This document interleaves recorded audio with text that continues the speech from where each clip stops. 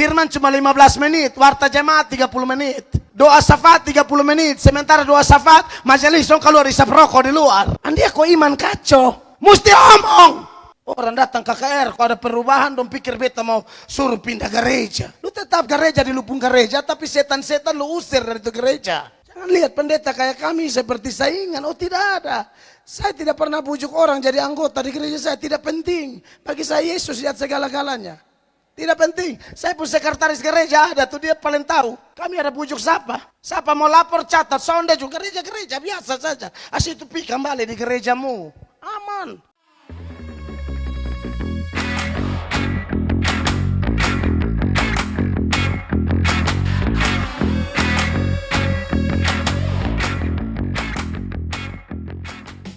Puji Tuhan, Bapak Mama yang diberkati oleh Tuhan Yesus. Malam ini kita akan dengar lagi firman Tuhan yang akan menguatkan kita semua. Tadi malam kita sudah membahas Injil Lukas pasal 5 ayat 32 yang merupakan dasar ayat yang memunculkan tema yang ada di dalam KKR kita selama 2 malam ini, yaitu bahwa Tuhan Yesus datang bukan cari orang benar, tapi Tuhan Yesus datang cari orang berdosa. Dan malam pertama kita telah mendengar firman Allah dengan sejumlah keterangan yang memberkati, menguatkan, memulihkan kita semua. Dan di hari ini, saudara-saudara, saya akan memulai dengan pertanyaan penting, mengapa Yesus harus datang cari orang berdosa. Tadi malam kita sudah dapat kesimpulan semua orang berdosa. Tapi ada orang-orang berdosa tertentu yang sombong dan merasa dirinya tidak berdosa. Jelas ini adalah salah, saudara-saudara, karena kita tahu bahwa semua orang itu sudah berdosa. Tidak ada yang tidak berdosa. Makanya kalau kita belajar firman Allah, mulai dari Roma misalnya, Roma pasalnya yang ke-12 ya, Roma pasal 5 ayat 12 maksud saya, firman Allah berkata demikian. Sebab itu sama seperti dosa telah masuk ke dalam dunia oleh satu orang. Iya. Dan oleh dosa itu juga maut. Demikianlah maut itu telah menjalar kepada semua orang. Karena semua orang telah berbuat dosa. Satu orang yang dimaksud adalah Adam. Adam dan Hawa melanggar firman Allah di Taman Eden yang dicatat dalam Kejadian 2 ayat 16 dan 17. Itu yang dilanggar oleh Adam dan Hawa di Kejadian 3. Memakan buah terlarang dan akhirnya imbasnya adalah kita semua. Karena Adam dan Hawa adalah wakil saya dan Bapak Mama semua, bahkan semua manusia tanpa kecuali. Maka karena mereka adalah wakil kita, maka kalau wakilnya gagal, kegagalannya diperhitungkan bagi semua yang wakilkan. Kalau wakilnya berhasil, maka keberhasilannya diperhitungkan bagi kita semua. Contoh, timnas sepak bola Indonesia lawan timnas sepak bola Malaysia. Kalau timnas sepak bola Indonesia kalah di lapangan hijau, orang tidak akan bilang timnas kalah. Orang bilang Indonesia kalah. Kenapa? Karena dia wakil kita.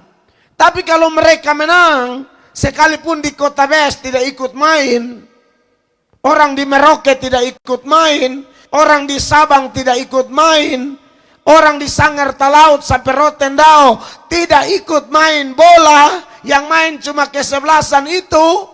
Tapi kemenangan mereka, orang akan bilang Indonesia menang. Dan kita ulang-ulang toh, kalau nonton sepak bola, Indonesia menang, kita lompat, kita berseru, sampai ada yang terlalu semangat, lompat sampai cabut kabel semua. Iya kan? Artinya semangat luar biasa. Itulah kenapa ini ayat muncul. Satu yang bikin kita kena semua. Dia ulang lagi di ayat 19 dari Roma 5 ini. Jadi sama seperti oleh ketidaktaatan satu orang, Ya. semua orang telah menjadi orang berdosa. Demikian pula oleh ketaatan satu orang, semua orang menjadi orang benar.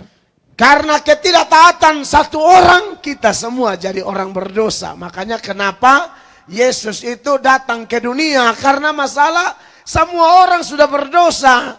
Dan dosa ini sangat-sangat bahaya. Dosa ini mendatangkan murka, Bapak Ibu jemaat terkasih. Makanya kenapa perlu orang menerima Yesus. Kalau orang tidak menerima Yesus, dari lahir sampai mati, murka ada di atas dia terus. Ya, itu bagian tidak menerima Yesus. Makanya dalam Yohanes pasal 3 ayat 36, firman Allah mengingatkan kita sebagai berikut. Barang siapa percaya kepada anak, ia beroleh hidup yang kekal. Anak yang dimaksud adalah Tuhan Yesus ya, A besar. Barang siapa percaya kepada anak, dia akan memiliki hidup yang kekal. Tetapi barang siapa tidak taat kepada anak, ia tidak akan melihat hidup, melainkan murka Allah tetap ada di atasnya. Garis bawahi, murka Allah tetap ada di atasnya. Berarti memang waktu orang lahir itu dia sudah bawa murkanya sendiri. Jadi kalau dia tidak menerima Yesus, ini ayat bilang murka itu tetap ada di dalam dirinya. Jadi memang dosa kita, Bapak Ibu terkasih, ada yang namanya dosa asal yang kita dapat dari Adam dan Hawa itu, dan kemudian melahirkan perilaku berdosa, itu yang mendatangkan murka Allah. Sekali lagi ya, tidak ada kita orang suci, semua orang berdosa. Kalau ada yang rasa diri suci, itu orang berdosa tidak tahu diri, yang kita bahas panjang lebar tadi malam. Ya, itu tidak tahu diri. Siapa yang tidak berdosa di sini? Tidak ada. Satu-satunya yang tidak berdosa cuma Tuhan Yesus. Selain itu berdosa semua. Dan dosa pasti mendatangkan murka. Makanya di dalam 1 Raja-Raja pasal 8, mari kita lihat 1 Raja-Raja pasal 8 ayatnya yang ke-46. Perhatikan. Apabila mereka berdosa kepadamu, karena tidak ada manusia yang tidak berdosa, dan engkau murka kepada mereka dan menyerahkan mereka kepada musuh, sehingga mereka diangkut tertawan ke negeri musuh yang jauh atau yang dekat. Iya. Apabila mereka berdosa kepadamu, karena tidak ada manusia yang tidak berdosa, dan engkau murka kepada mereka. Tidak ada manusia yang tidak berdosa. Tidak ada manusia yang tidak berdosa, dan dosa mendatangkan murka. Jadi dosa apapun pasti mendatangkan murka, Bapak Ibu jemaat. Makanya Tuhan Yesus perlu datang mencari kita. Makanya KKR seperti ini atau pemberitaan firman Allah seperti ini harusnya betul-betul mendapat tempat di hidup kita, menyadarkan kita bahwa memang selagi masih menumpang di planet ini, lagu tadi bilang hidup adalah kesempatan, cepat-cepat buat keputusan. Dan saya lihat orang Kota Bes antusiasnya luar biasa, kerendahan hatinya luar biasa.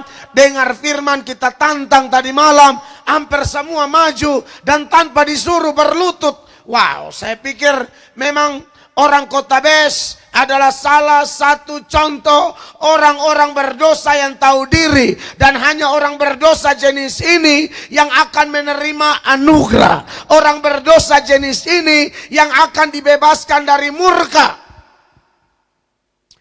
Namun di malam ini jemaat yang diberkati Tuhan, saya mau tambahkan lebih dalam lagi seputaran murka Allah ini. Begitu mengerikan sehingga Tuhan Yesus datang. Dosa mendatangkan murka. Nah, dosa apa saja? Saya mau kasih beberapa contoh supaya kiranya ini membantu orang Kota Bes dan orang dari Kupang yang datang ikut KKR. Dosa apa saja yang mendatangkan murka?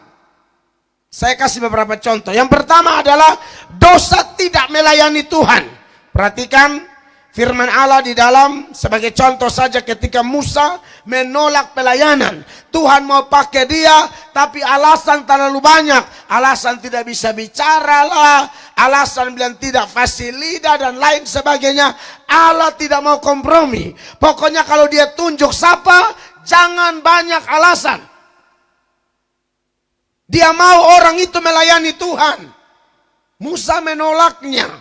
Makanya di dalam Keluaran pasal 4 ayat 13 firman Allah bilang begini. Tetapi Musa berkata, "Ah Tuhan, utuslah kiranya siapa saja yang patut kau utus." Ini seorang pembunuh yang sedang lari dari Firaun menyelamatkan diri.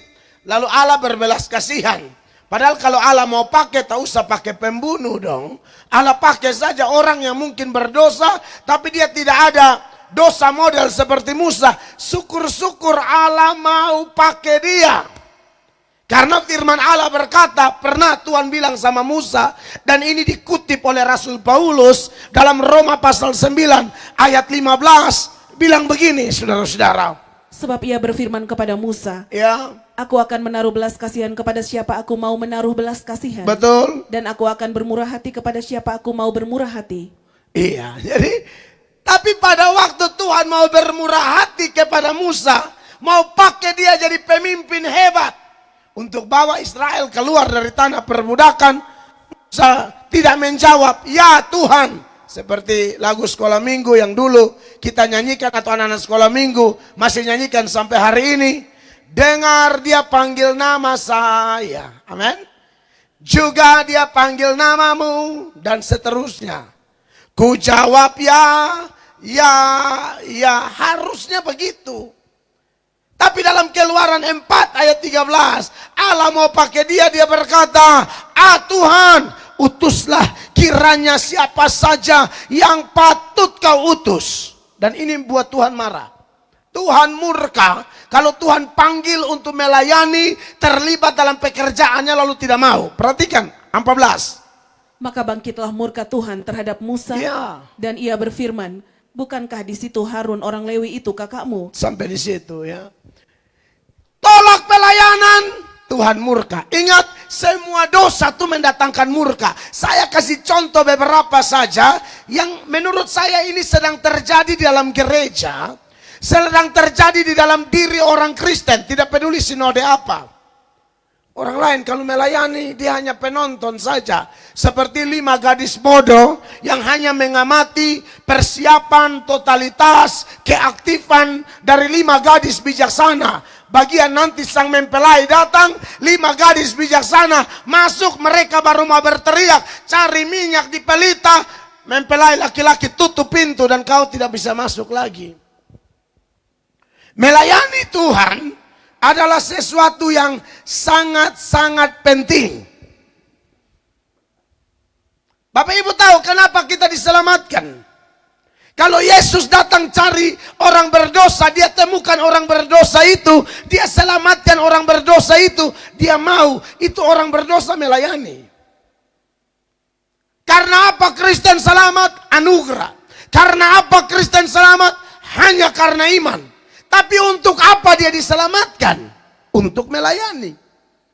Makanya dalam Efesus 2, mulai ayat 8, Bapak Mama perhatikan ayat-ayat ini ya. Sebab karena kasih karunia kamu diselamatkan oleh iman. Betul. Itu bukan hasil usahamu tetapi pemberian Allah. Amin. 9. Itu bukan hasil pekerjaanmu. Jangan ada orang yang memegahkan diri. Ya, ini Kristen harus tahu itu ya. Kita ikut KKR sebenarnya, atau kita ikut ibadah, kita melayani karena sudah selamat. Ya, harusnya begitu. Kalaupun ada yang belum selamat dan dia datang diselamatkan melalui kegiatan KKR seperti ini, ya judulnya sama, dia selamat karena anugerah. Tapi setelah dia selamat, 10, perhatikan, Karena kita ini buatan Allah diciptakan dalam Kristus Yesus untuk apa? untuk melakukan pekerjaan baik Ya. yang dipersiapkan Allah sebelumnya. Ia mau supaya kita hidup di dalamnya. Iya. Untuk melakukan pekerjaan baik, itu pelayanan. Tuhan cipta kita untuk pelayanan. Tuhan selamatkan kita untuk pelayanan. Orang yang melayani, Bapak Mama, dengarin. Mungkin keluarga tidak hormat, mungkin pejabat atau perangkat desa tidak hormat, mungkin camat tidak hormat, mungkin bupati tidak hormat, bahkan kerabat sendiri tidak hormat. Ya, karena biasanya orang yang melayani Tuhan, dia mau melayani biasanya tantangan itu mulai dari dalam. Tetapi Tuhan janji, orang yang melayani Tuhan, Bapa hormat dia. Nah ini penghormatan luar biasa. Yohanes 12 ayat 26, perhatikan. Barang siapa melayani aku, ia harus mengikut aku. Betul. Dan di mana aku berada, di situ pun pelayanku akan berada. Barang siapa melayani aku, ia akan dihormati Bapa. Nah, kalau melayani dihormati, tidak melayani murka turun. Jadi itu lagu tadi saya tidak suruh pemimpin pujian angkat lagu itu. Saya tidak komunikasi sama sekali karena hari ini saya ada pelayanan, konseling, mau kasih nikah orang segala macam. Jadi saya tidak komunikasi dengan tim musik WL. Tapi saya senang juga. Saya mau bahas ini baru WL-nya angkat. Hidup ini adalah kesempatan. Betul, kesempatan untuk apa? Salah satunya adalah untuk melayani Tuhan. Dan kalau mau, Bapa hormat kita. Anda bayangkan, kita orang yang mungkin tidak dianggap oleh sesama, tapi sorga anggap kita, sorga peduli kita, sorga hormat kita. Jadi kalau tolak undangan pelayanan, sebaliknya, hormat itu lawannya murka. Hormat itu lawannya malapetaka. Hormat itu lawannya kutuk.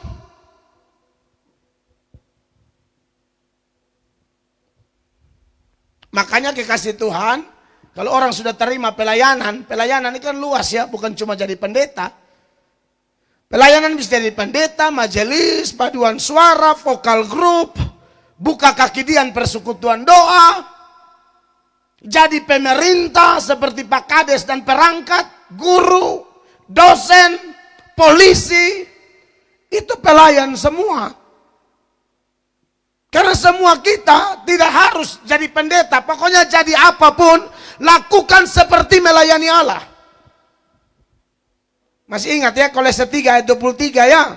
Sama-sama baca dulu jemaat Kota Bes. 1, 2, 3. Apapun juga yang kamu perbuatlah dengan segenap hatimu. Seperti untuk siapa? Untuk Tuhan dan bukan untuk manusia. Manusia mau lihat atau tidak, manusia mau puji atau tidak, itu bukan tujuan kita. Tujuan kita adalah apapun yang kita kerjakan, kita berharap Tuhan yang puji, Tuhan yang balas. 24, 1, 2, 3. Kamu tahu bahwa dari Tuhanlah kamu akan menerima bagian yang ditentukan bagimu sebagai upah. Kristus adalah Tuhan dan kamu hambanya. Di sini bukan bicara pendeta, ini sebenarnya konteks ini bicara pembantu-pembantu, babu-babu, budak-budak zaman itu. Jadi buat apa saja Bapak Ibu, segala profesi harus memuliakan nama Tuhan. Makanya kalau ada caleg konsultasi dengan saya, minta doa kepada saya pesan, ingat, takut Tuhan ya. Jangan sujadi, barusan mau Tuhan cek kekas mati di ruangan. Ya, saya mesti omong itu. Saudara, ini yang datang tadi singer itu ada yang polisi. Polisi harus melayani Tuhan. Ini penting kekasih Tuhan. Banyak polisi tidak takut Tuhan. Banyak TNI tidak takut Tuhan. Banyak orang kesehatan tidak takut Tuhan. Banyak guru tidak takut Tuhan. Bahkan ada guru cabul. Maka dari itu, Bapak Ibu jemaat terkasih harus melayani. Amin. Tidak ada orang yang beragama Kristen lalu tidak punya talenta. Itu tidak mungkin. Satu pun pasti dia punya. Tidak ada yang bilang, saya tidak ada talenta apa-apa. Loh, tahu tidak definisi talenta? Talenta itu definisi yang alkitabiah secara lengkap, Bapak Mama. Talenta itu adalah segala sesuatu yang Allah berikan kepada kita. Garis bawahi. Segala sesuatu yang Allah berikan kepada kita. Napas, pengaruh, ilmu, pendidikan, jabatan, pekerjaan, suami, istri, anak, ladang, sapi, kambing, kode kalau memang ada. Pokoknya semua yang Allah berikan kepada kita, Bapak Mama, harus kita pakai kembali untuk kemuliaan nama Tuhan. Talenta bukan hanya bicara khotbah, menyanyi, main musik, segala sesuatu tanpa kecuali. Jadi kalau saya dan Bapak Mama bilang tidak ada talenta, omong kosong. Saudara masih bernapas, itu talenta yang harus dipertanggungjawabkan. Pakai itu napas, minimal puji Tuhan. Makanya Mazmur 150 ayat 6 bilang apa? Biarlah segala yang bernafas memuji Tuhan. Haleluya. Masih bernafas, puji Tuhan. Jadi tidak ada orang bilang, oh, saya tidak tahu mau melayani apa. Itu napas, kau pikir kasih untuk apa? Hanya sekedar bikin sejarah. Lahir di kota Bes, SD di kota Bes, imunisasi di kota Bes, begitu. TK di kota Bes, pacaran di kota Bes, putus di kota Bes, nyambung di kota Bes. Hanya mau kesaksian itu saja. Semua di kota Bes habis. Sampai keluarga bilang, lu bisa cari dari kota lain kah? Ini su lahir di kota Bes, bawa nona dari mana? Kota mana? Bes. Keluarga mau kota Makassar kah, kota Ujung Pandang, kota Manado, kota Palu. Dari kota mana? Bes. Sebelah mana? Belakang kantor desa. Hanya dia jarang muncul. Dia hanya muncul pas bulan purnama. Ternyata Suanggi, saudara-saudara. Haleluya. Kita bukan hanya hidup untuk bikin sejarah kota Bes. Kita hidup supaya melayani Tuhan. Amin. Sekali lagi definisi talenta itu Bapak Mama. Makanya saya beri hormat buat Pak Kepala Desa.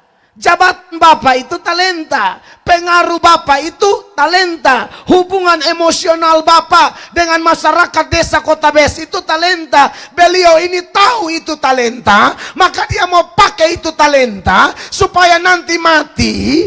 Saya tidak sumpah Pak. Kan Pak pasti mati, saya pasti mati. Tapi kayaknya Pak duluan ya. Jadi begini. Jangan. Ini main gila. Oh Tuhan jangan dengar Tuhan.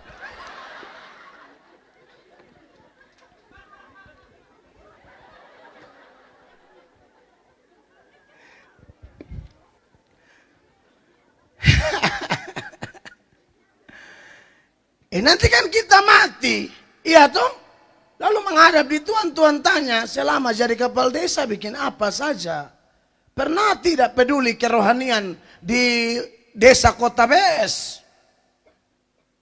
Dan puji Tuhan, Bapak Kades melakukan itu. Pak polisi, nanti Tuhan tanya, mati bikin di bumi bikin apa sejak jadi polisi itu? Pak Guru dan lain sebagainya, semua kita ditanya. Kan kita akan menghadap tahta pengadilan Allah Bapak Ibu terkasih. Makanya dalam 2 Korintus 5 ayat 10 itu, firman Allah mengingatkan kita semua. Sebab kita semua harus menghadap tahta pengadilan Kristus. Yes. Supaya setiap orang memperoleh apa yang patut diterimanya, sesuai dengan yang dilakukannya dalam hidupnya ini, baik ataupun jahat. Semua dicatat. Bahkan ada ayat bilang, kalau dikasih banyak, itu dituntutnya banyak. Dikasih sedikit, tuntutnya sedikit. Kalau Tuhan kasih 5 talenta, Tuhan tuntut, Tuhan kembali lu jangan tetap 5. Harus 2 kali lipat, sudah jadi 10. 4 sudah jadi 8, 2 jadi 4. Tidak boleh hanya itu terus. Yang dipercayakan banyak, dituntut banyak. Lukas 12, 47, 48, khusus ayat 48 dia bilang begini. Tetapi barang siapa tidak tahu akan kehendak tuannya dan melakukan apa yang harus mendatangkan pukulan, ia akan menerima sedikit pukulan. Betul. Setiap orang yang kepadanya banyak diberi, amin, daripadanya akan banyak dituntut. Yes. Dan kepada siapa yang banyak dipercayakan, daripadanya akan lebih banyak lagi dituntut.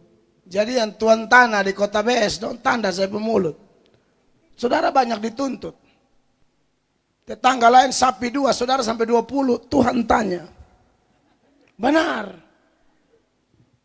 Saya pernah khotbah di daerah lain, di daerah timur sini. Aduh, itu kalau untuk gereja pelitnya minta ampun. Sekali kami KKR di daerah Marasisin juga. Oemoro, betul ya? Bitcoin Oemoro.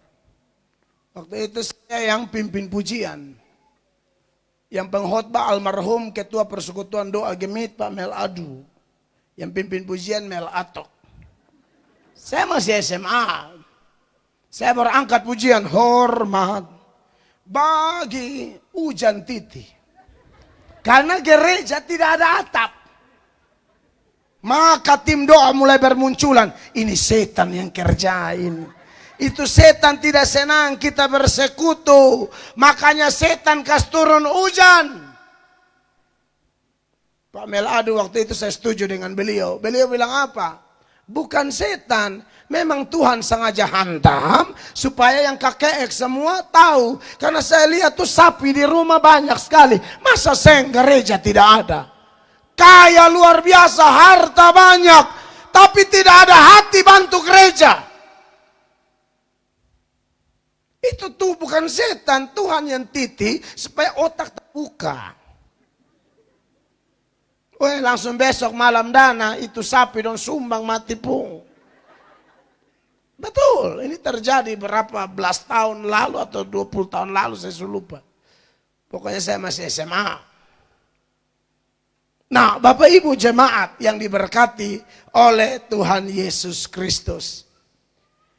Jadi jangan coba-coba Allah datang kembali dan saudara tidak bikin apa-apa. Apalagi yang sudah terima pelayanan, tapi Anda melayani asal-asalan. Melayani tidak dengan segenap hati. Melayani tidak tulus. Melayani hanya istilahnya cari muka. Melayani hanya cari pujian. Melayani hanya berharap orang akui, orang angkat jempol. Hati-hati. Melayani begini dianggap lalai melayani. Melayani tidak tulus. Tidak boleh. Mungkin ada majelis di sini. Saudara jadi majelis. Majelis itu tidak gampang loh. Majelis kalau ikut Alkitab syaratnya itu harus orang-orang yang betul-betul kesaksian hidupnya luar biasa. Totalitas pelayanannya luar biasa. Bukan terima habis. Ditabiskan habis. Di pembesok syukuran mabok-mabok. Saya sudah diangkat jadi mari kita minum sedikit tuh. Pekerjaan kudus kok syukurannya pakai syukuran gaya setan. Tidak bisa demikian. Tuhan bilang sama Yeremia, dari Yeremia 48 ayat 10 bagian A, saya baca buat mama papa mama. Terkutuklah orang yang melaksanakan pekerjaan Tuhan dengan lalai. Saya pernah buka persekutuan doa. Lalu saya berangkat Jakarta, sekolah teologi. Saya bilang lanjut ya, saya sekolah teologi ya dulu, mesti tambah ilmu. Tidak bisa kita hanya persekutuan doa begini. Saya rindu jadi pendeta, saya rindu punya latar belakang pendidikan yang memadai. Sesuai dengan panggilan saya, kalau mau jadi pendeta ya sebaiknya sekolah sedikit. Lebih baik lah kalau sekolah banyak. Begitu. Liburan semester 1 sampai habis semester 1 libur besok pulang. Pulang begini persekutuan doa tutup. Hari persekutuan beta ketok salom. Dong buka bilang Bapak katong sudah tutup. Tidak lama sah. Satu penyakit, satu masuk penjara, ngeri. Kau pikir buka persekutuan doa di rumah tuh suka-suka kau. Buka kapan, tutup kapan. Jangan coba-coba, kalau son siap jangan. Tidak siap lebih baik jangan. Yunus lari ikan telan. Saudara lari otot telan. Saya pun kawan pernah karena telan otot, benar. Celaka di hotel Sasando sana. Mobil jalan dari sana. Kok bisa ini mobil dulu mobil ada taksi biru putih yang di bandara tuh. Itu otot bisa lari menuju dia. Kan memang dia mau lari dari pelayanan. Kena tabrak sampai tulang belakang patah sumsum keluar semua. Dia bilang sakit paling sakit di dunia ini saat sumsum kita disentuh. Dan dia sudah rasa itu. Kenapa? Lari dari pelayanan. Jadi kalau bicara Tuhan murka kepada Musa, itu bukan hanya kepada Musa. Semua yang tidak mau melayani, Allah murka. Makanya ketika Tuhan datang, itu hamba yang 1 talenta yang tidak melayani tapi kubur talentanya, lalu protes terlalu banyak. Lalu Tuhan bilang apa sama dia? Di Matius 25 ayat 26, Tuhan bilang begini. Maka jawab tuannya itu, hai kamu hamba yang jahat dan malas. Iya. Jadi kamu sudah tahu bahwa aku menuai di tempat di mana aku tidak menabur. Betul. Dan memungut dari tempat di mana aku tidak menanam. Orang yang tidak melayani, Tuhan bilang apa? Kamu jahat, kamu malas. Itulah dosa ya. Dosa itu bikin hidup terbalik. Melayani tidak mau, tapi kalau bikin yang lain dia mau. Bahkan kadang-kadang ada orang tertentu sudah mengaku beragama Kristen, mau ke gereja susah setengah mati. Susah setengah mati. Padahal rumah dekat gereja. Kalau mau ke gereja dia dorong bilang, masa. Ada bapak-bapak tertentu, bukan di kota Bes. Mama saja. Mama duluan. Kadang-kadang dia titip perpuluhan di orang. Bayangkan saja, saya pernah lihat dengan mata kepala saya ada orang jenis itu. Tapi kalau bilang pesta di Kefa, kok Kefa dekat-dekat saja kok. Anda bayangkan, gereja tuh dekat dibilang jauh. Pesta di dansa di Kefa. Kefa pun tombak itu ngeri. Dan tombak 1 tank. Acara yang tidak-tidak. Pesta dansa, pesta pora, dekat. Gereja jauh. Pesta di jauh, dia bilang dekat. KKR cuma di kantor desa, dia rasa jauh. Padahal cuma jalan kaki. Kami dari Kupang harus kasih tinggal kami pun segala sesuatu untuk datang di sini. Dia yang di sini tidak mau datang. Orang begini kalau tidak bertobat, lu tunggu tanggal main. Pasti lu hancur. Pasti kau hancur. Karena tidak main-main, ini ayat bilang. Kau hamba yang jahat dan malas. Malas itu jahat. Malas baca Alkitab, malas ibadah, apalagi malas melayani.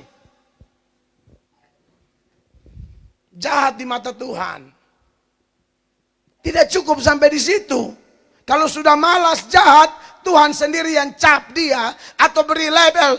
Tidak ada guna. Hela napas percuma. Saya kasih kau pun jantung masih berdetak itu. Saya kasih kau pun darah masih mengalir itu.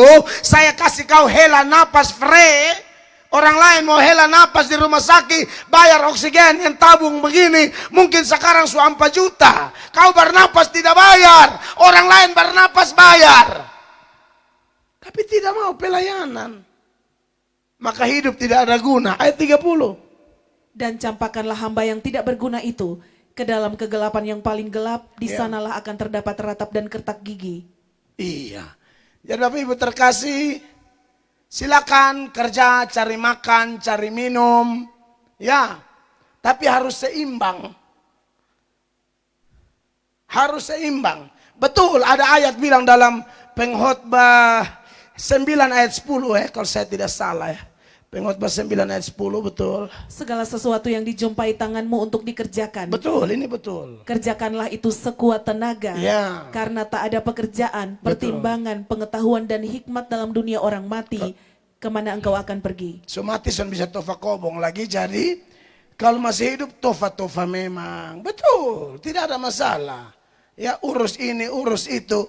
Tapi harus ada keseimbangan yang saya bilang. Karena di bagian lain Tuhan Yesus bilang begini. Di Yohanes 6 ayat 27. Sama-sama baca. 1, 2, 3. Bekerjalah bukan untuk apa? Makanan yang akan dapat binasa. Melainkan untuk makanan yang bertahan. Sampai kepada hidup yang kekal. Yang akan diberikan anak manusia kepadamu dan seterusnya. Kenapa saya omong pelayanan malam ini? Karena tadi malam semua sudah menyerahkan diri. Saya lihat celaka di mana-mana KKR. Orang hanya sampai level menyerahkan diri, menangis, lalu habis. Tidak boleh. Kalau sudah menyerahkan diri, lanjut pelayanan. Amin. Di gereja masing-masing, di profesi masing-masing harus melayani. Sebab dia bilang bukan kerja untuk hanya apa? Makanan yang akan binasa. Yang tadi tutup kobong ke kantor, buka toko, buka kios, buka bakso. Maksudnya jual bakso. Segala macam boleh. Cari uang, tapi cari hormat dari Tuhan. Alkitab tidak setuju dengan orang malas. Baik untuk kerja lahiriah maupun kerja untuk kepentingan sorga. Jadi, harus melayani. Saya pendeta Mel Atok bersyukur sekali.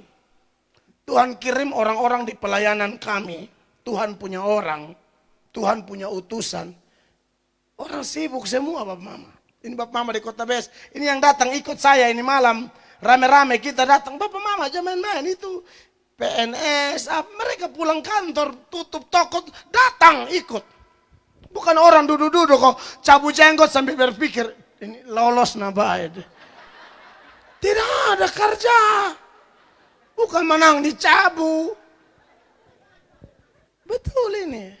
Makanya saya omong ini bertolak pengalaman Tuhan bekerja di gereja Tuhan yang kami pimpin. Dan saya diberkati oleh Tuhan. Artinya mereka hormat Tuhan. Mereka hormat firman Allah. Mereka tahu kenapa mereka diselamatkan. Mereka diselamatkan bukan untuk menikmati keselamatan itu sendiri. Mereka menikmati keselamatan bukan hanya untuk mengatakan haleluya, mati masuk surga. Bukan, langsung ada beban cari jiwa.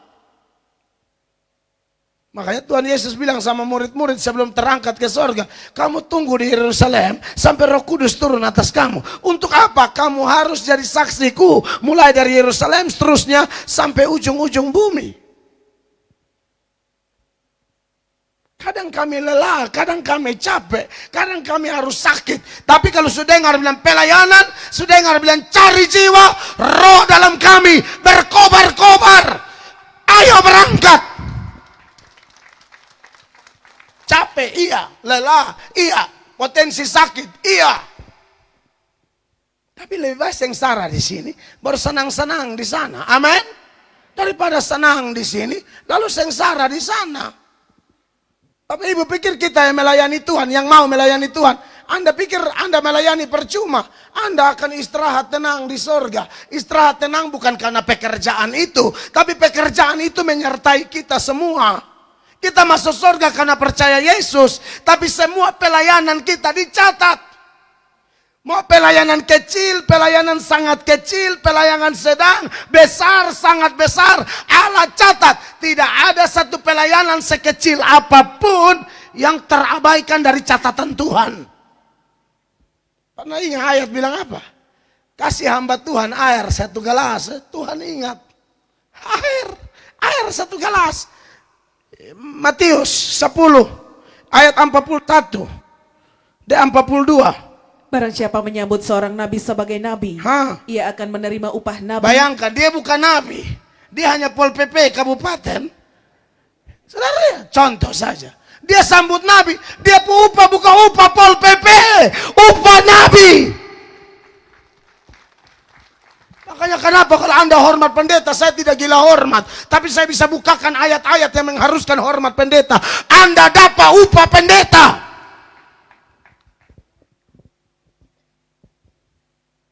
Amin. Lihat ini terus. Dan barang siapa menyambut seorang benar sebagai orang benar, Ya. ia akan menerima upah orang benar. 42. Dan barang siapa memberi air sejuk secangkir saja pun Secangkir gelas kicianos kepada salah seorang yang kecil ini karena ia muridku, aku berkata kepadamu, sesungguhnya ia tidak akan kehilangan upahnya daripadanya. Ini bukan sambut pendeta besar, perut besar, anak kecil. Muridku yang kecil ini kasih dia air karena dia hamba Tuhan Yesus. Alkitab berkata, aku berkata kepadamu, sesungguhnya ia tidak akan kehilangan upahnya daripadanya. Saudara lihat ini pelayanan apa yang tidak Tuhan catat? Semua Tuhan catat. Di bumi sini bisa balas, apalagi di sana. Makanya Petrus pernah tanya Tuhan Yesus, kamu sudah kasih tinggal semua lalu Tuhan ini kira-kira karena maksud Petrus tidak detail, tapi Tuhan tahu dia maksud. Tuhan tahu bahwa maksud Petrus, kami sudah tinggalkan ini semua, kami melayani engkau, kami dapat apa? Markus 10, mulai 28, perhatikan. Berkatalah Petrus kepada Yesus, Ya. kami ini telah meninggalkan segala sesuatu dan mengikut engkau. Terus? Jawab Yesus, aku berkata kepadamu, Betul. sesungguhnya setiap orang yang karena aku dan karena Injil meninggalkan rumahnya, saudaranya laki-laki atau saudaranya perempuan, Dapat apa dia? ibunya atau bapaknya, anak-anaknya atau ladangnya, Terus? orang itu sekarang pada masa ini juga akan menerima kembali 100 kali lipat. Masa ini juga Tuhan sanggup berkati dia. Terus? Rumah, saudara laki-laki, saudara perempuan, ibu, anak, dan ladang, sekalipun disertai berbagai penganiayaan pada zaman yang akan datang, ia akan menerima hidup yang kekal. Dapat di sini, dapat di sana. Anda lihat itu. Amin. Makanya dulu ada ilustrasi satu yang saya sering pakai. Saya cerita kalau saya bahas poin seperti ini atau hal seperti ini. Itu ada satu orang, dia pelaut. Tapi kemudian kapalnya ini karena arus kencang, angin segala macam terdamparlah di sebuah pulau. Di pulau itu dihuni oleh satu suku primitif yang punya hierarki, punya aturan segala macam. Waktu dia terdampar di kota itu, Bapak Mama terkasih, lalu orang suku itu di pulau itu tolong dia, rawat dia sampai dia sadar. Waktu dia sadar, dia kaget. Semua orang sudah menari-nari ala adat istiadat suku itu. Menari-nari dengan penuh sorak-sorak. Dia bingung, ini kenapa ini? Tahu-tahu setelah mereka menari habis, ada satu jubirnya bicara bilang, kami tahu kamu diutus dewa kami untuk menjadi raja bagi kami. Dia bilang, tidak. Dia bilang, lu diam, dewa utus. Nah kira-kira begitu ya. Jadi sempat berbantah-bantah. Dia bilang, tidak, saya ini kerja di kapal ini. Tapi karena arus ini, dia bilang, sudah lu diam. Dewa utus kau supaya kau jadi raja di suku kami. Tolak sana, tolak sini. Tapi dia bilang, wah saya sendiri, saya tidak bisa lawan mereka. Ya sudah, ikut saja. Dengan pikiran bahwa ada kesempatan lari. Kan begitu. Tapi dia lihat ini tidak bisa lari. Berat, susah lari dari pulau itu. Lalu akhirnya dia menyerah lah. Oke, saya jadi raja. Bagaimana aturan main kalau jadi raja di suku ini? Orang-orang itu bilang begini. Di sini bukan kau raja pertama. Semua yang dewa utus dan ceritanya model kau terdampar kayak kau, semua sudah pernah jadi raja. Oh, berapa lama?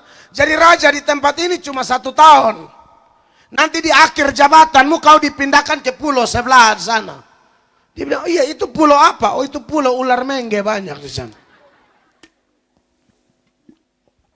Itu pulau yang dipenuhi binatang buas.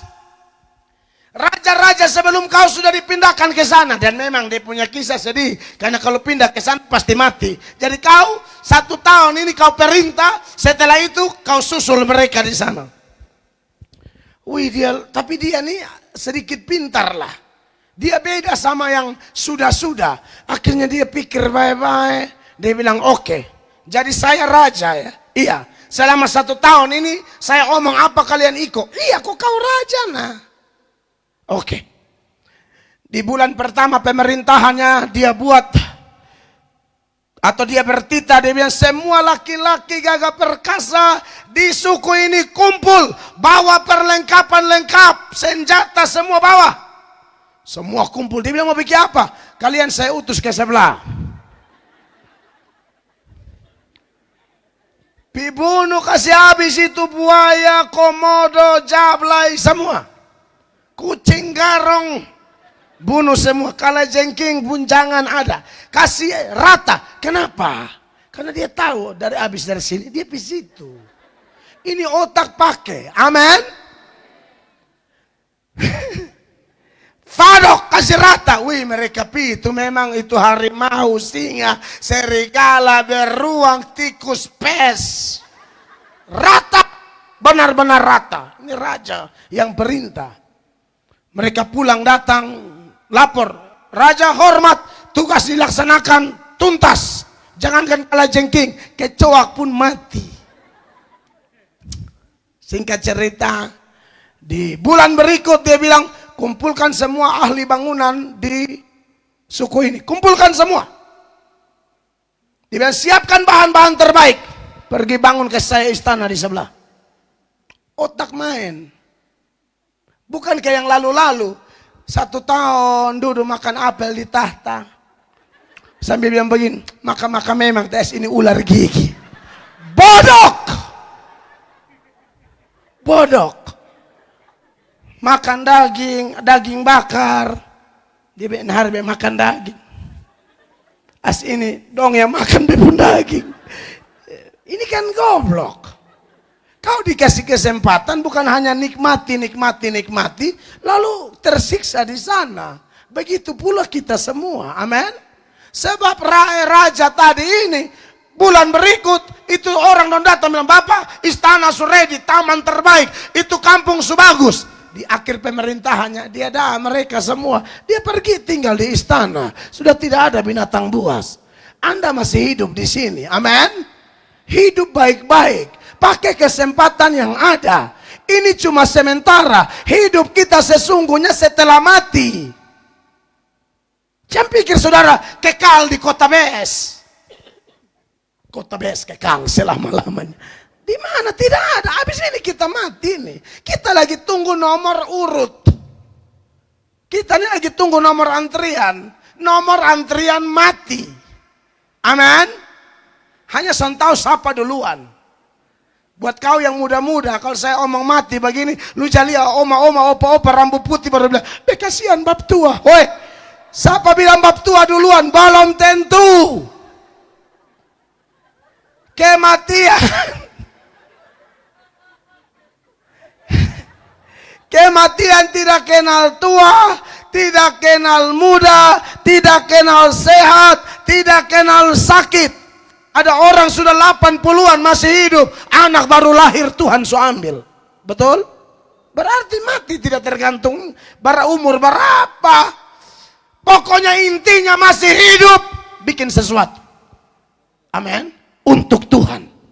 Tadi malam kan sudah sesi terima Yesusnya. Sekarang saya dorong, sudah terima Yesus, buat sesuatu.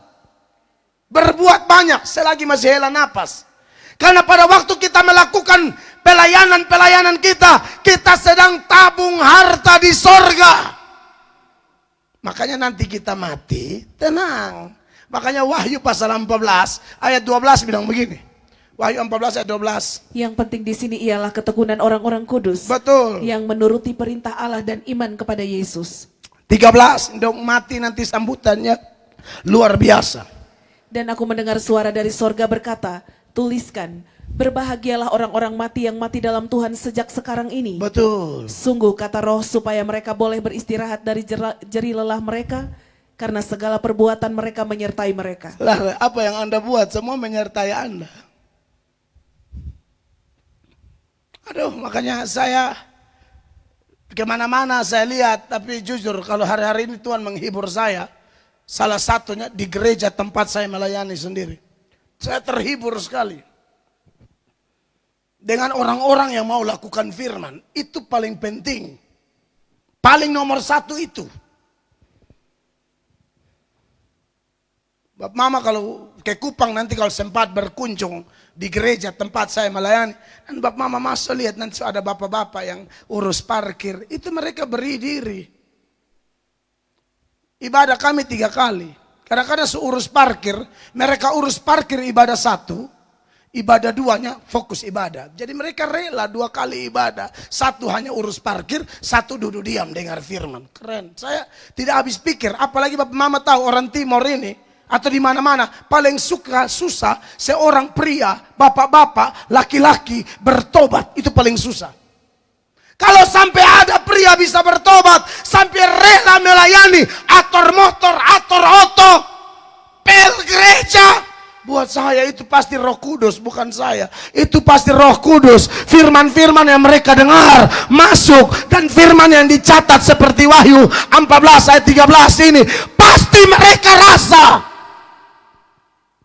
Dibanding mereka yang hanya cari makan, cari doi, kas kaya diri, nanti mati bodoh. Mau lihat bukti? Mau lihat bukti? Saya kasih tunjuk. Ada satu orang, ini bukan koruptor, bukan orang jahat, bukan tukang tipu daya. Dia kerja betul-betul cari payahnya dia. Tapi waktu dia mati, Alkitab berkata dia mati bodoh. Mati bodoh, padahal dia pekerja keras. Tuhan Yesus bilang begini, sekalipun orang kaya, nyawanya tidak tergantung kekayaan itu. Lukas 12 ayat 15. Dia bilang begini. Katanya lagi kepada mereka, Ya. berjaga-jagalah dan waspadalah terhadap segala ketamakan. Betul. Sebab walaupun seorang berlimpah-limpah hartanya, hidupnya tidaklah tergantung daripada kekayaannya itu. Ya. Terus? Kemudian ia mengatakan kepada mereka suatu perumpamaan, katanya, ada seorang kaya, tanahnya berlimpah-limpah hasilnya. Ya, ini bukan dia sabotase orang pun tanah, oh bukan. Ini dia pun tanah sendiri. Bagus. Dia kerja keras juga. Perhatikan, 17. Ia bertanya dalam hatinya, apakah yang harus aku perbuat sebab aku tidak mempunyai tempat di mana aku dapat menyimpan hasil tanahku? Terlalu kaya, terlalu subur. Dia pekerja keras. Nah. Terus? Lalu katanya, inilah yang akan aku perbuat. Aku akan merombak lumbung-lumbungku dan aku akan mendirikan yang lebih besar. Wih. Dan aku akan menyimpan di dalamnya segala gandum dan barang-barangku. Iya, ini dia punya planningnya bagus. Ini tidak kuat, jadi mesti kasih besar lagi. Kan tidak ada yang salah kan? Tidak ada yang salah. Sejauh kita lihat normal-normal saja. Tapi kalau kita teliti lebih dalam hati Tuhan, salah. Karena kau terlalu urus, tabung, tampung, tapi tidak pernah salurkan. Terus. Sesudah itu aku akan berkata kepada jiwaku, jiwaku ada padamu banyak barang, tertimbun untuk bertahun-tahun lamanya. Weh. Beristirahatlah, makanlah, minumlah, dan bersenang-senanglah. Ini enak tenang bu. Kira-kira dia bilang. Mau susah apa? Cek di BNI, tembus 5M. Cek BCA, tembus 10M. Cek BRI, tembus plafon. Semua tembus. Artinya orang berduit. Dan dia pikir itu uang bisa bikin dia umur tambah panjang. Dia bilang ada padamu makanan minum bertahun-tahun lamanya. Siapa bilang dari awal sudah Yesus bilang hartamu tidak menentukan nyawamu. Langsung firman Allah, dia baru pikir bilang saya hidup lama, sonde ini malam lu mati. 20. Tetapi firman Allah kepadanya, hai engkau orang bodoh, pada malam ini juga jiwamu akan diambil daripadamu. Dan apa yang telah kau sediakan untuk siapakah itu nanti? Sekali lagi, ini orang tidak tipu orang, pekerja keras, tapi untuk dirinya sendiri. Ini tidak kaya di hadapan Allah. 21. Demikianlah jadinya dengan orang yang mengumpulkan harta bagi dirinya sendiri, jikalau ia tidak kaya di hadapan Allah. Orang kaya di hadapan Allah itu diberkati untuk apa?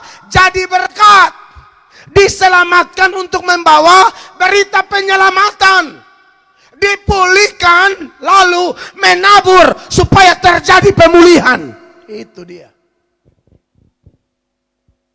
Jadi Bapak Mama terkasih, Tuhan Yesus datang cari orang berdosa supaya orang berdosa dibebaskan dari murka.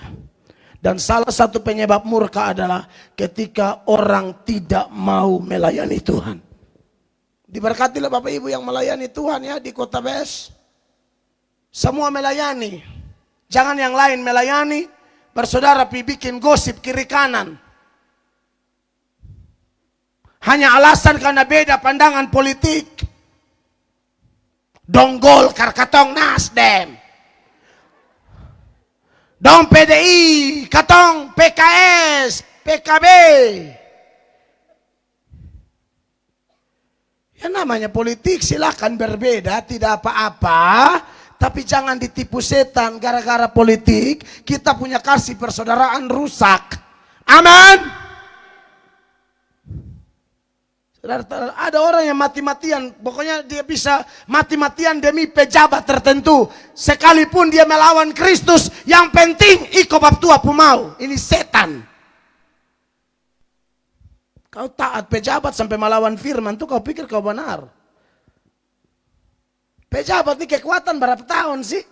5 tahun, syukur-syukur kalau kita pilih ulang. Soya manusia lebih dari soya Tuhan Allah.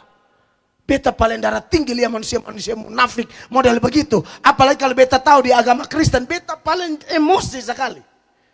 Makanya kalau khotbah di pemerintah tuh beta fadok. Sampai dong bilang jauh undang lah. Sana apa-apa. Lu mau lari sampai mana? Hah? Lu mau lari sampai mana? Kecuali saya ini minta lu uang. Saya khotbah hanya kasih ingat kau, sebab Alkitab berkata dalam Yesaya 2 ayat 22, itu ayat jelas, bilang jangan berharap pada manusia. Coba baca. Jangan berharap pada manusia, sebab ia tidak lebih daripada embusan nafas, dan sebagai apakah ia dapat dianggap? Bahkan terlalu berharap pada manusia, terkutuk. Yeremia 17 ayat 5. Yeremia 17 ayat 5. Beginilah firman Tuhan, terkutuklah orang yang mengandalkan manusia, yang mengandalkan kekuatannya sendiri dan yang hatinya menjauh daripada Tuhan. Saya paling darah tinggi lihat manusia bodoh begitu. Sorry, saya harus bilang bodoh. Mungkin secara ilmu dia sekolah S1, S2 di universitas ini itu. Tapi secara rohani bodoh. Bangun rumah di fondasi yang salah. Sudah dengar khotbah Jung Masis. Makanya, aduh saya kadang-kadang orang anggap bilang, pendeta gila. Lu yang gila. Lu bisa bilang saya gila.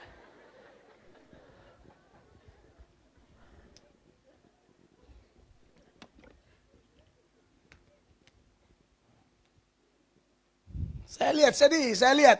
Ini perpolitikan di NTT aja, saya tidak usah bicarakan. Beta anak NTT asli, beta hari-hari tanam di provinsi.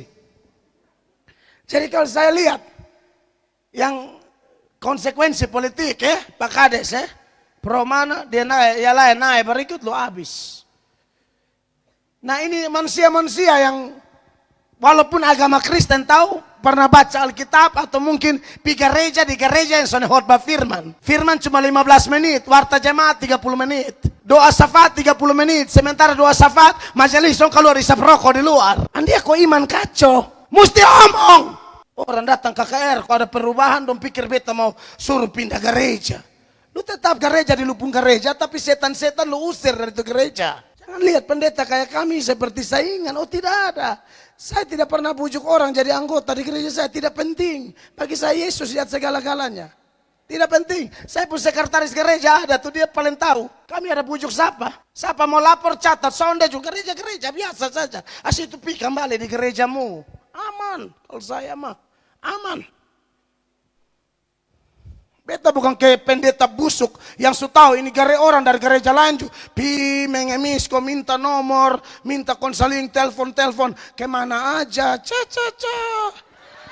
Itu mainan di Jawa, di Kupang sana ada begitu, bodoh.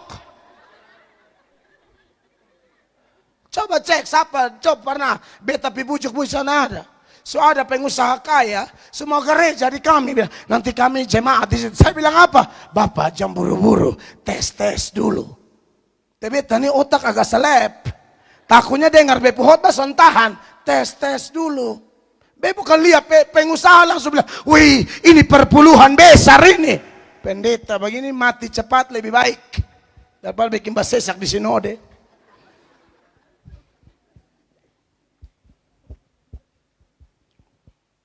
Soya manusia yang tidak perlu-perlu. Jemaat Tuhan yang bekerja di kami itu kategori kebal. Kalau mereka bisa bersaksi, mereka kebal Pak Kades.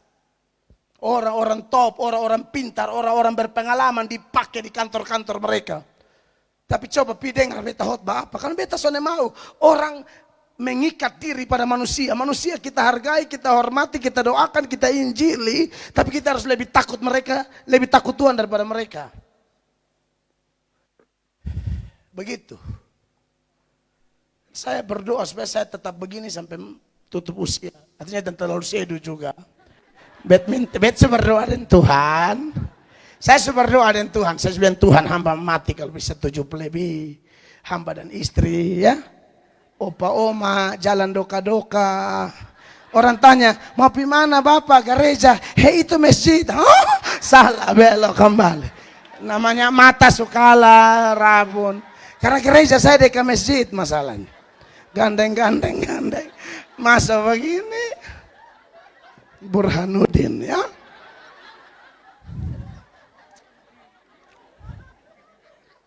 Itu masalah. Iya dong. Saya juga tidak berharap sampai 79, 80 saya khotbah terus. Tidak. Saya punya rindu satu saat itu.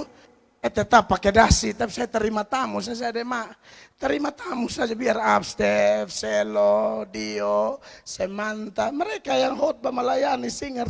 Kami terima tamu saja. Amin. Sebab kalau paksa khotbah kacau. Ada orang khotbah begini. Kalau melihat kasihan kan. Jemaat datang semua salah banyak. Lihat bab tua pun doka-doka. Mari kita buka di Mansur. Padahal Mazmur. Mansur. Sudah. Turun kau terima tamu. Selamat hari Minggu. Anak-anak kami yang khotbah. Itu rindu kami. Bahkan kami rindu. Bapak Mama invite bagi di Kota Bes. Di mana-mana besok omong. Bahkan kami rindu. Kami berdoa. Kalau bisa jam mati. Kan boleh toh. Uma-uma boleh menatap saya. Dan berkata. Harapan baru. Jadi gini Oma, pokoknya ini kembali ke iman masing-masing. Tak usah lihat kalender, tak usah lihat akte, iman. Bahwa ada janji Tuhan, bahwa ada kita tuh yang tidak mati nanti. Kita diangkat hidup-hidup seperti Elia. Bapak pernah baca kok hari pengangkatan? 1 Tesalonika 4, 16, 17, 16. Sebab pada waktu tanda diberi, yaitu pada waktu penghulu malaikat berseru dan sangkakala Allah berbunyi, maka Tuhan sendiri akan turun dari sorga, dan mereka yang mati dalam Kristus akan lebih dahulu bangkit. Kita pun saudara seiman yang mati dalam Yesus, ya, yang mati dalam Tuhan semua, itu nanti mereka bangkit dahulu. Makanya pengakuan iman rasuli kita percaya kebangkitan tubuh kan, itu betul. Tapi dong duluan. Nah andai kata Yesus datang kita masih hidup, yang sekarang ini masih hidup, dan kita orang percaya yang sudah terima Yesus dan melayani Tuhan dengan segenap hati, katon tak angka. 17. Sesudah itu kita yang hidup yang masih tinggal akan diangkat bersama-sama dengan mereka dalam awan menyongsong Tuhan di angkasa. Haleluya. Demikianlah kita akan selama-lamanya bersama-sama dengan Tuhan. Iya. Ya saya doa yang minta 70-an terus, tapi saya pernah doa saya bilang, Tuhan tapi kalau Tuhan berkenan hamba alami ini 1 Tesalonika 4 ayat 17. Besok mau pakai mati. Mati ini kan mete juga anggaran. Orang kalau sudukan aco yang datang mete bantu bawa gula baik. Susun bawa apa-apa le, kopi terlambat keluar terus semua nyanyi. Melayani.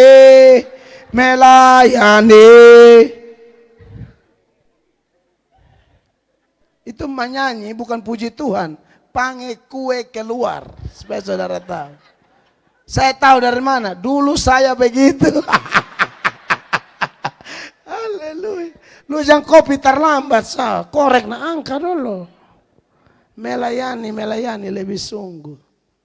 Artinya begini saudara. Saya ada kaitan juga sih saya kutip ayat ini.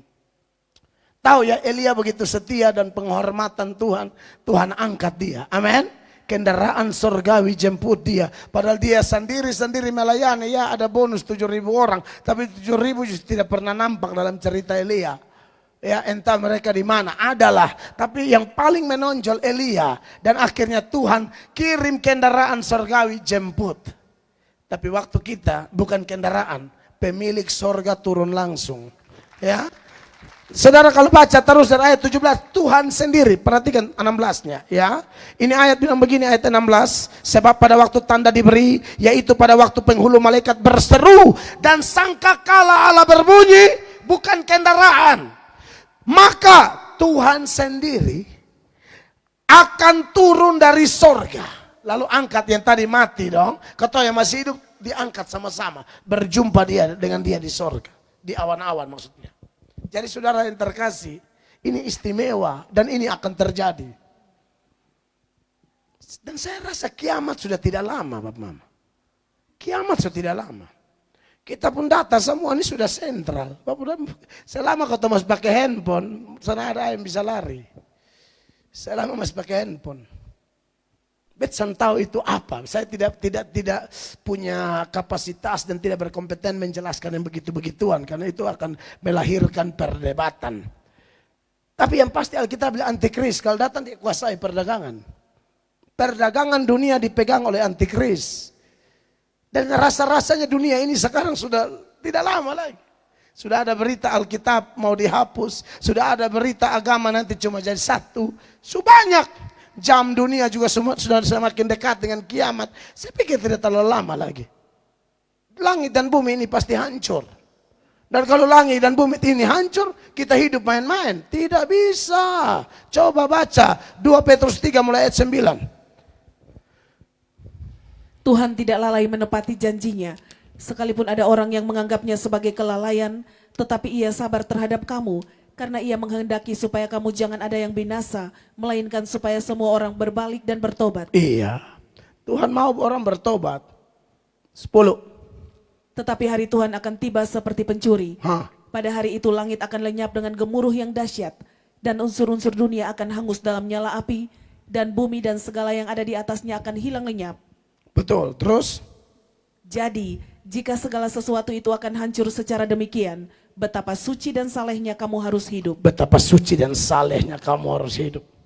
Orang Kota Bes, kita harus buat komitmen jelas. Melayani Tuhan dalam kesalehan, hidup benar. Sebab, kalau kita bicara tentang murka Allah ini, kalau kita hidup duniawi, itu pun mendatangkan murka Allah yang luar biasa. Mari kita lihat dalam Kolose ya. Kolose pasal 3 ayat 5 dan 6. Perhatikan. Karena itu matikanlah dalam dirimu segala sesuatu yang duniawi, yaitu percabulan, kenajisan, hawa nafsu, nafsu jahat dan juga keserakahan yang sama dengan penyembahan berhala. 6. Semuanya itu mendatangkan murka Allah atas orang-orang durhaka. Iya, itu mendatangkan murka Allah. Nah orang kalau tidak melayani lebih cenderung masuk ke dalam ini grup. Oleh karena itu, saya sebagai hamba Tuhan Yesus, saya hanya kasih contoh beberapa saja. Dan yang paling saya tekankan adalah melayani Tuhan. Ya, selepas KKR 2 malam ini saya harap orang-orang tua di Kota Bes bangkit. Apalagi anak-anak muda di Kota Bes bangkit. Kami yang dari Kupang yang tadi saya sudah rasa bahwa pelayanan saudara memberkati, menghibur saya sebagai pemimpin. Jangan puas. Jangan puas. Saya omong begini bukan bilang, oh sudah tambah dahsyat. Tambah menyala-nyala. Karena saya pernah jelaskan dan saya bilang, ya, untuk hal tertentu kita harus puas.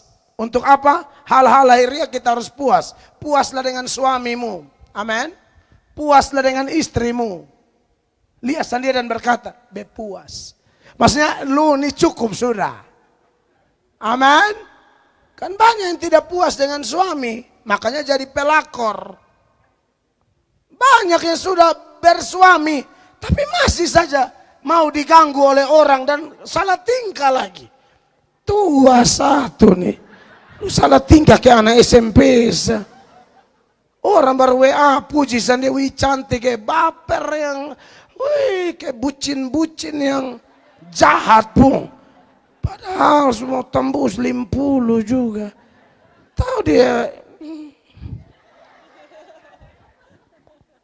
Puas dengan suamimu, aman. Ingat yang janji nikah itu saya sudah bilang, itu bukan janji dengan pendeta, janji dengan Tuhan Allah.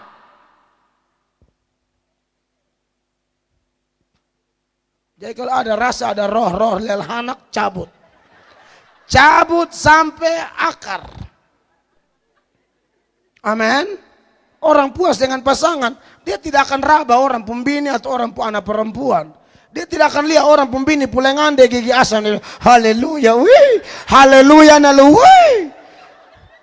Sama ketede kutu busuk di kasur. Hei, hei.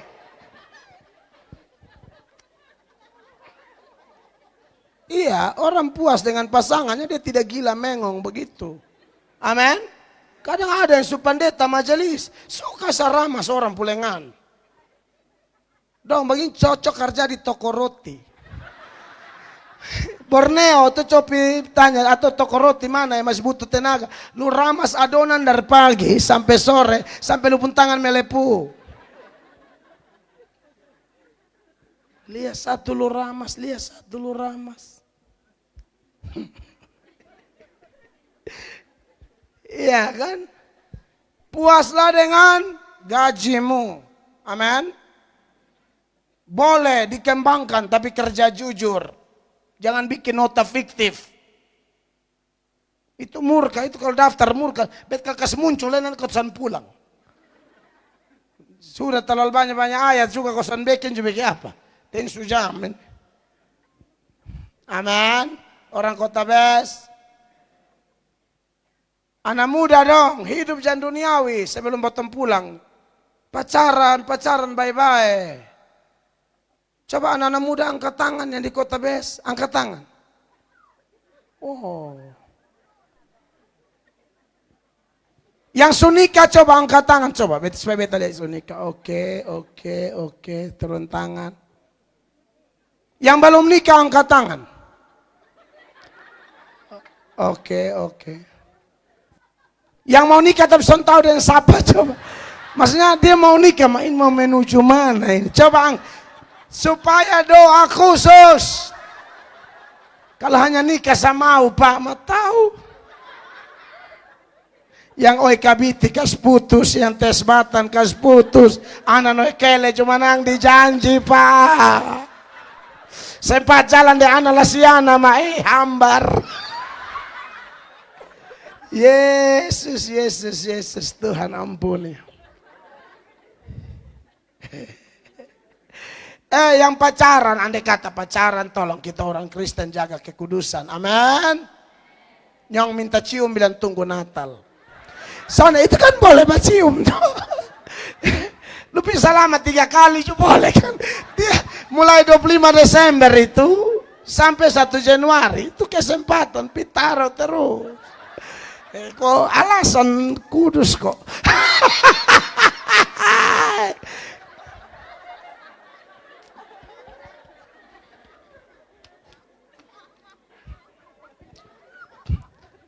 Kita tahu sendiri potong pulak laki timur tertentu yang belum bertobat nih. Kadang-kadang minta maaf, baru telepon saja sunapsu, baru telepon saja. Dulu. Sudah kakak kau nanti, sudah sudah kan nanti malam ketemu. Baru ditelepon, Anda lihat ini setan satu. Dulu. Baru telepon sunapsu. Nanti ketemu lu langsung lah. Gua beruang. Yesus, kan saya bilang tadi toh anak timur tertentu yang belum bertobat. Tapi kalau suka kenal Tuhan, tak usah gila-gila lagi. Amin. Iya, sebab itu mendatangkan murka. Saya tambah lagi Mama, ini rasa mau stop, mau tambah sedikit. Tunggu kok ini trail lewat.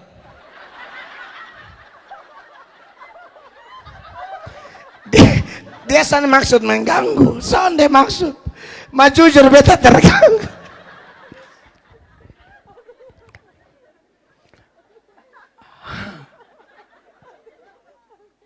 Bapak mama yang sudah rumah tangga atau siapapun pelayan, salah satu dosa lagi yang bikin Tuhan murka, suka sungut-sungut. Bilangan pasal 11 ayat 1 ya. Coba Bilangan 11 ayat 1. Pada suatu kali bangsa itu bersungut-sungut di hadapan Tuhan tentang nasib buruk mereka. Iya. Dan ketika Tuhan mendengarnya bangkitlah murkanya. Kemudian menyalalah api Tuhan di antara mereka dan merajalela di tepi tempat perkemahan. Tuhan murka gara-gara sungut-sungut. Sungut-sungut kita NTT bilang boto-boto, mengeluh. Mengeluh kepada Allah, itu boleh. Bap mama berdoa, Tuhan beta sakit Tuhan. Ini mengeluh kepada Allah, tolong beta. Ini mengeluh kepada Allah. Tapi mengeluh tentang Allah, Tuhan hamba berdoa percuma sah. Nah, ini. Ada orang model begini. Mengeluh tentang Allah. Khotbah jo omong kosong. Kita begini-begini terus. Itu contoh mengeluh tentang Allah. Mirip kayak mereka. Kepada dan tentang, dua kata beda itu. Mengeluh kepada Allah boleh, kepada dia tempat kita mengadu. Amin. Ada sakit, ada masalah, mengeluh kepada dia. Jangan mengeluh tentang dia, protes dia.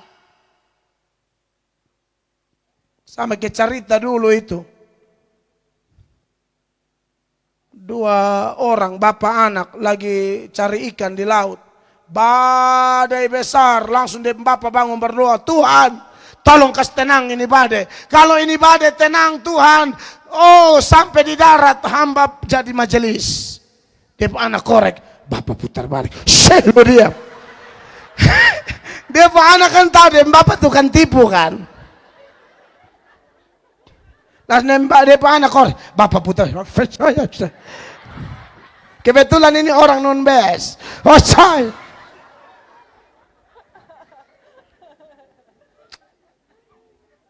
Ternyata memang dia sengaja. Pas dia, badai tenang. Itu lu diam, anak kecil kok.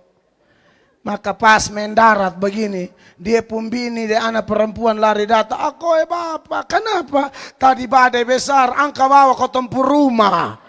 Langsung dia menghadap di langit, dia bilang, Bapak, masalah di laut, nah di laut sah. Tak usah bawa pi darat. Ini contoh mengeluh tentang Allah. Dan itu dosa. Amin, Bapak Ibu terkasih. Jadi jangan mengeluh tentang Allah. Ikut Tuhan, kok masalah tambah banyak. Jangan mengeluh.